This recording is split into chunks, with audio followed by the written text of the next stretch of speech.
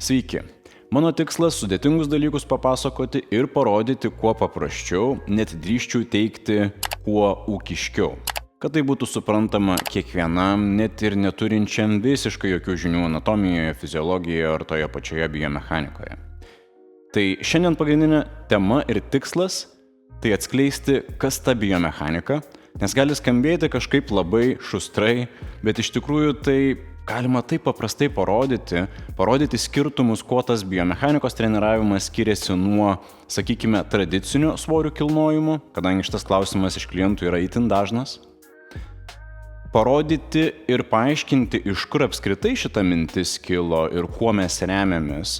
Ir apskritai, kodėl reikėtų tai daryti, kodėl tai yra naudinga kiekvienam mirtingajam. Pradėkime nuo pačios biomechanikos treniravimo. Kartais tai skamba taip sudėtingai, tikriausiai iš marketingo pusės, fascijų treniravimas, funkcijų linijų treniravimas, integracija, tensegralumas ir visokie kitokie dažnai žmonėm kosmiškai skambantys žodžiai, nors iš esmės nereikia visko taip apsunkinti.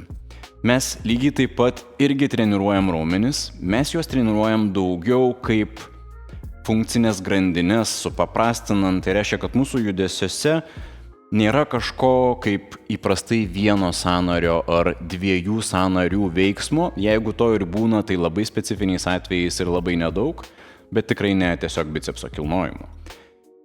Ir siekiai, tikslai mūsų tiesiog yra skirtingi, nereikia įsivaizduoti, kad yra biomechanikos treniravimas ir yra kultūrizmas, ar ne?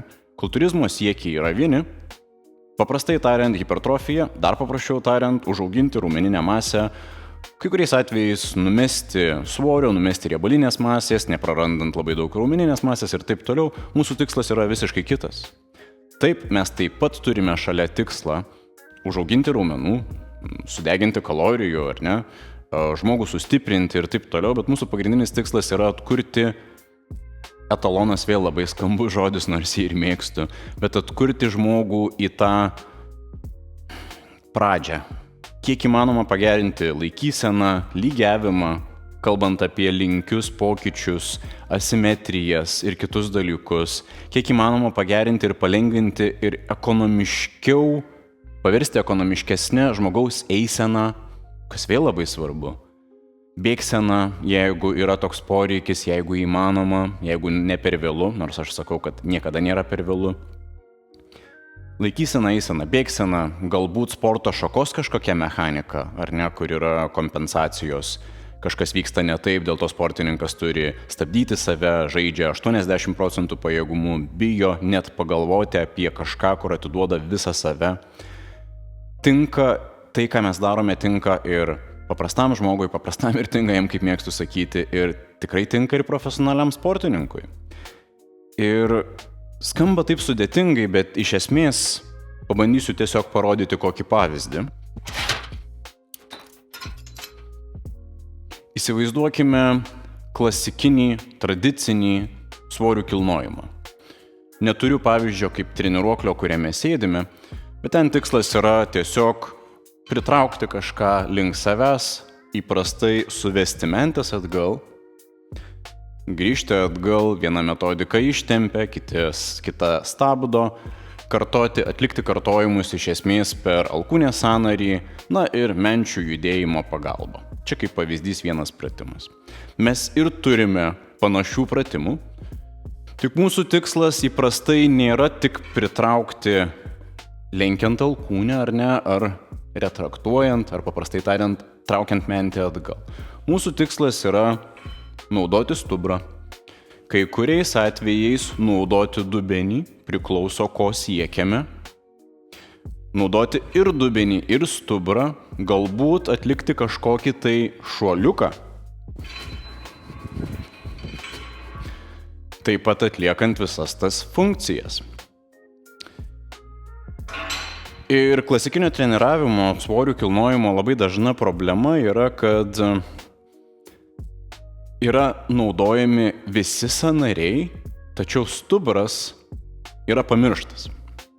Ir čia yra tikriausiai pats pamatinis mūsų metodikos biomechanikos treniravimo skirtumas nuo paprasto svorių kilnojimo, nuo klasikinių tradicinio svorio kilnojimo, kad mes labai daug naudojam stuburo funkcijų, klubo funkcijų, kaip pavyzdys ne tik, kad kažką atitraukinėjam ar ne, stumiam už savęs, bet ir darom rotacijas, smūgius, metimus, stumimus kažkokius su žingsniu, kur naudojam kūną nuo apačios iki viršaus. Čia tas pats kaip skirtumas stumti štangą nuo krūtinės ir pastumti automobilį, kai jis, nežinau, užgeso ir mums reikia kažkur nuo pagrindinės gatvės pasitraukti. Didžiuliai skirtumai ir kad ir kaip nesinori tų naudoti žodžių, fascijos, funkcinės grandinės, priekinė, gilioji fascija ar dar apie ką mes bekalbėtume, esminis dalykas yra, kad mėgstame žmonės daryti ne tiek robotiškais, kas įvyksta įprastai, kai mes savo stuburo nejudinam ir kai kurių funkcijų nenaudojam, o tokius, kokie gamtos mes ir esam sutverti. Ir čia labai įdomus pavyzdys yra laukiniai žmonės, kadangi, mes tokie tikriausiai jau gal ir nebebūsim, bet mes galim būti geresni nei buvom vakar, nei esam šiandien. Ir čia ir būtų tikslas, dėl ko tas treniravimas visas atsirado, naudojant rotacijas, save bandant ištiesti, stovint, negulint, nesėdint. Labai didelė problema, kad mes jau ir taip sėdime, 16 valandų per dieną. Bet manyčiau, kad labiau 18, nes 8 nebemiegam. Sėdim automobilyje, sėdim darbe, sėdim namuose ant sofos. Jeigu nesėdim, tai stovim, bet stovėjimas irgi nėra judėjimas. Stovėjimas yra statika. Tai yra viena vieta. Tai yra gal ir kažkuo geriau nei sėdėjimas, ir tai dar klausimas, bet tai yra visiškai nepalyginama su tuo, ką reiškia žodis judėjimas. Taip kaip ir judėjimas iš esmės nėra judinti vieną sąnarį. Judėjimas yra lokomocija, kai žmogus erdvėje pakeičia vietą, paprastai tariant vietą, ne? Peršoka, peržengia kažkur, pašokęs sukeičia, pajuda į šoną. Čia yra lokomocija ir čia yra tai, dėl ko mes tikriausiai išliekame jauni, judrus, greiti ir daug kitų dalykų. Ir tai be abejo, greitumą žmogaus galima padidinti ir per kitus parametrus, stumint labai didžiulį svorį greitai ir taip toliau. Bet yra dalykai, kuriuos tie žmonės praranda ir sportininkų tema yra atskira. Aš labiau liečiu sveikatingumo, ar ne, sferą. Ir man svarbiausias dalykas yra tiesiog paprastasis mirtingasis, kuris ateina ir sako, aš noriu jaustis geriau, aš noriu judėti geriau, aš noriu, kad mane skaudėtų, aš noriu būti ilgaamžiškas, noriu judėti laisviau ir kiek įmanoma ilgiau savo gyvenime. Dar vienas svarbus dalykas, kad labai atsargiai vertiname, ko žmogui reikia ir ko gink Dieve jam negalima šiandien dienai duoti. Tai reiškia, kad testuojame, žiūrime funkcijas, žiūrime, kurios yra labiausiai pamirštos ir kompensuojamos. Elementarus dalykas, pavyzdys. Žmogus turi turėti vieną funkciją, tai yra klubo lenkimas, klubas lenkiasi, ar ne, kelis kyla. Viena iš svarbiausių, negaliu taip sakyti, tiek pat svarbi, kiek kitos, bet labai svarbi funkcija. Būtina funkcija žmogui judėti, lipti laiptais, pritūpti ir taip toliau. Ir lygiai taip pat žmogus turi turėti funkciją klubą ištiesti, klubo tiesimo. Šlaunikaulis išvažiuoja už savęs. Ir klasika, kad ateina žmogus, klubo lenkimo funkciją jis įgyvendina, bet kai reikia klubą tiesti, klubas dėl tam tikrų priežasčių, kurių yra be galo daug. Gali būti klubo sąnario problemos, degeneracinės kažkokios ligos įgimtos, displazija ta pati, raiščių kažkokios ilgalaikės problemos, dėl ko klubo sąnarys jau yra sumažinęs amplitudę, kremzlės kažkoks sudilimas, dėl ko jau yra taugėlių vadinamo osteofitais ir organizmas apsisaugodamas, klubo sąnarys apsisaugodamas sumažina amplitudės. Yra be galo daug skirtingų dalykų, kodėl. Tačiau yra ir tokių elementarių dalykų kaip raumenų sutrumpėjimai, jėgų netekimai specifinėse vietose ir dėl to kompensacijos. Ir kai mūsų šlaunikaulis negali išeiti už mūsų, elementaru, kad mes sugalvosim kažkokį ekonomišką išgyvenimui naudingą, bet ilgalaikiškam judėjimui visiškai žalingą būdą, kaip pavyzdžiui kompensuoti klubo tiesimą, šitą funkciją, iš juosmeninės stuburo dalies. O tada jau tikriausiai tekia kai kam girdėti terminą juosmeninė lordozė, padidėjusi juosmeninė lordozė ir tada jau pilna kitų dalykų, kurie dėja bet eina koja kojon su šitais pokyčiais. Ir identifikavus ir einam link tos problemos. Kartais iš viso kai kurias raumenų grupės reikia paimti ir taip numušti į šoną.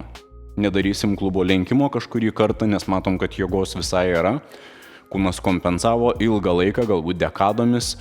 Ir kažkuriuose vietose jis turi jėgos, o kai kuriuose jis išvis pamiršęs funkcijas. Tada ir einam prie tos funkcijos ir lavinam, ieškom metodikų, gal tai yra masažai, kooperuojamės, gal tai yra savimasažiai, volelis, kamuoliukas, gal tai yra kažkokia dinamika, galbūt tai yra stiprinimas tų raumenų, kurie neįgyvendina funkcijos ir stengiantis nenaudoti raumenų, kurie norėtų kompensuoti.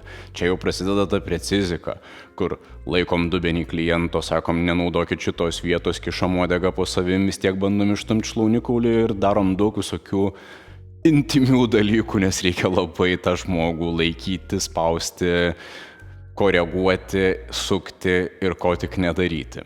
Ir iš esmės niekur toli mes nepabėgam iš kažkurių tai rakursų, nes ir mes lygiai taip pat stiprinam raumenis. Galim sakyti, kad treniruojam fascijas, tebūnie, bet iš esmės mes vis tiek žiūrim taip, kad raumenys turėtų gražų tarpusavio ryšį. Yra specialistų, kurie sako, kad apskritai nėra tokio dalyko kaip tinkama laikysena.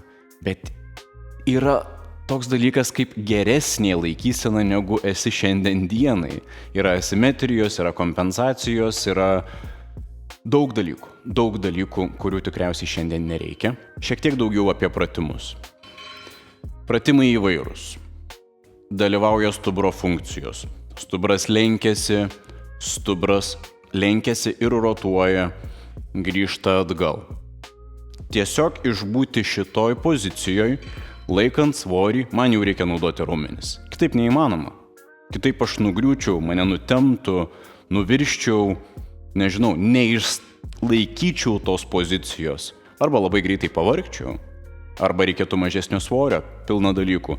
Šioje situacijoje jau raumenys dirba, nors aš ir nejudu, tai yra vadinama izometriniu krūviu, bet paprasčiau tariant, tai raumenys tiesiog nekeičia ilgių, bet jie stabdo laiko, generuoja jėgą, bet kuriuo atveju. Dirba dilbis, dirba bicepsas, dirba krūtinės raumuo, delta, įstrižiniai raumenys, juosmens kvadratiniai jau raumenys, vidurinis sėdmens, šlaunys, blauzdos, daug raumenų nedetalizuojant giliau, tam, kad vien išlaikyčiau. Tam, kad partempčiau, dar didesnė dinamika. Be korpuso raumenų apskritai toksai veiksmas neįmanoma. Čia jau yra pilvo preso ir ne tik viso kūno pratimas. Situacija čia. Nusilenkiu, turim pusiausvyros komponentą. Labai svarbu, taip, tikriausiai neginčytina.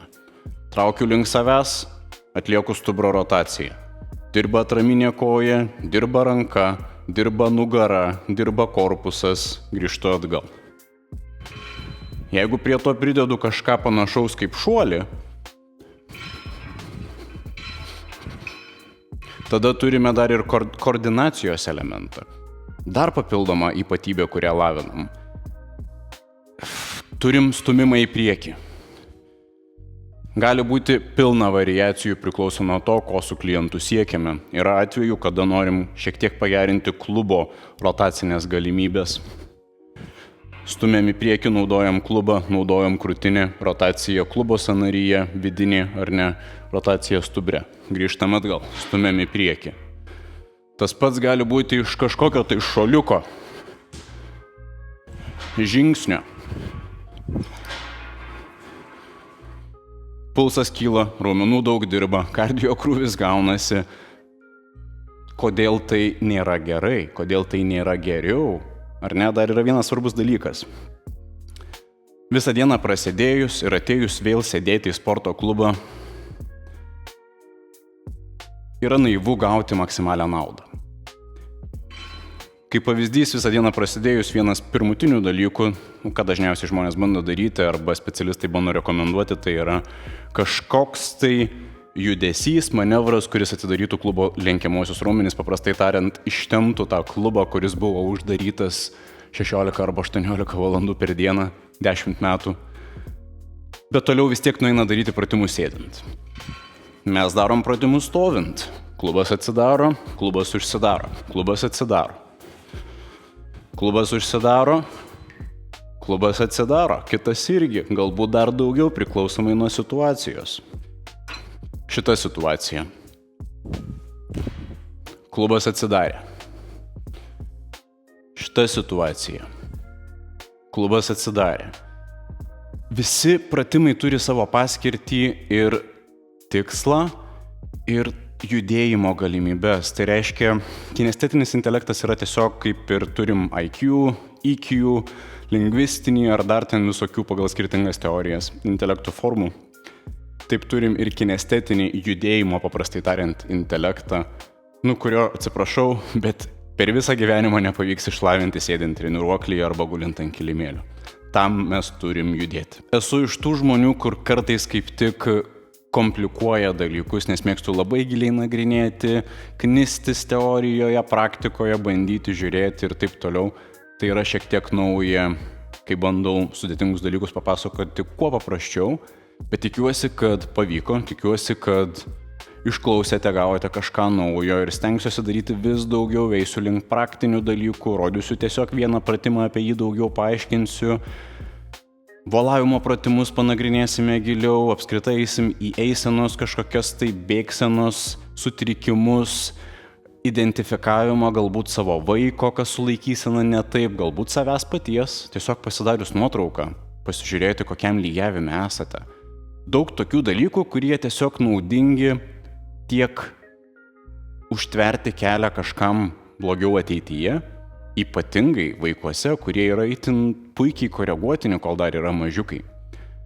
Tiek čia ir dabar tiesiog pagerinti situaciją. O žiūrėk, aš galiu galbūt pasistengti, stovint kažkur pasidėlioti save lygiau.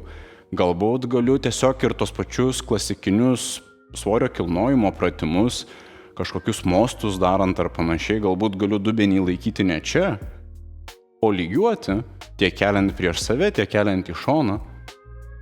Tai yra pritaikoma iš esmės visur, net jeigu ir tai nebus biomechanikos treniravimas. Tai labai džiaugiuosi, kad žiūrite, kad dalinatės, kad prenumeruojate ir kad apskritai skiriate savo laiką, nes tik su jūsų pagalba ir aš galiu daug daugiau. Ačiū, kad žiūrite. Iki.